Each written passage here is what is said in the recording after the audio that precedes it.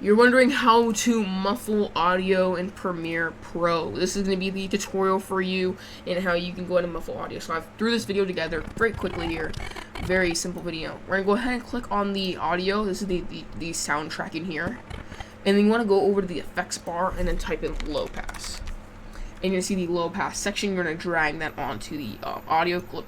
And it's going to go ahead and add it in. And there's already a very nice muffle. So the higher this little HD is, because I just put it up all the way up to the max, the less muffle it goes. Now if you make this the lower it is, the more muffled it gets. So this is really cool. This is the easiest way to do muffling. Now this is really cool. You can actually do keyframing work with this. Very simple. So let's say I want to go ahead and start at the beginning where it's not muffled. We're going to click on the little clock icon right here where it says cut off. We're going to click this. And we're going to go ahead and just move over to, let's see, like where it's like he starts placing the TNT on the house right here in this Minecraft video I recorded. We're just going to go ahead and click on the audio again, and you're going to see we already have the clock enabled, which is blue. And we're just going to go ahead and drag this little bar down so we can make it muffled. So now if we listen to this back.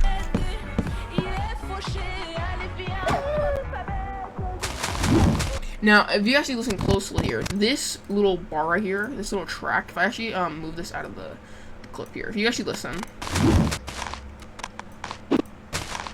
you can hear this clip right here actually has the low pass effect. You can even see I use the clock effect. So the more the audio goes, the more muffled it gets. You can actually hear it.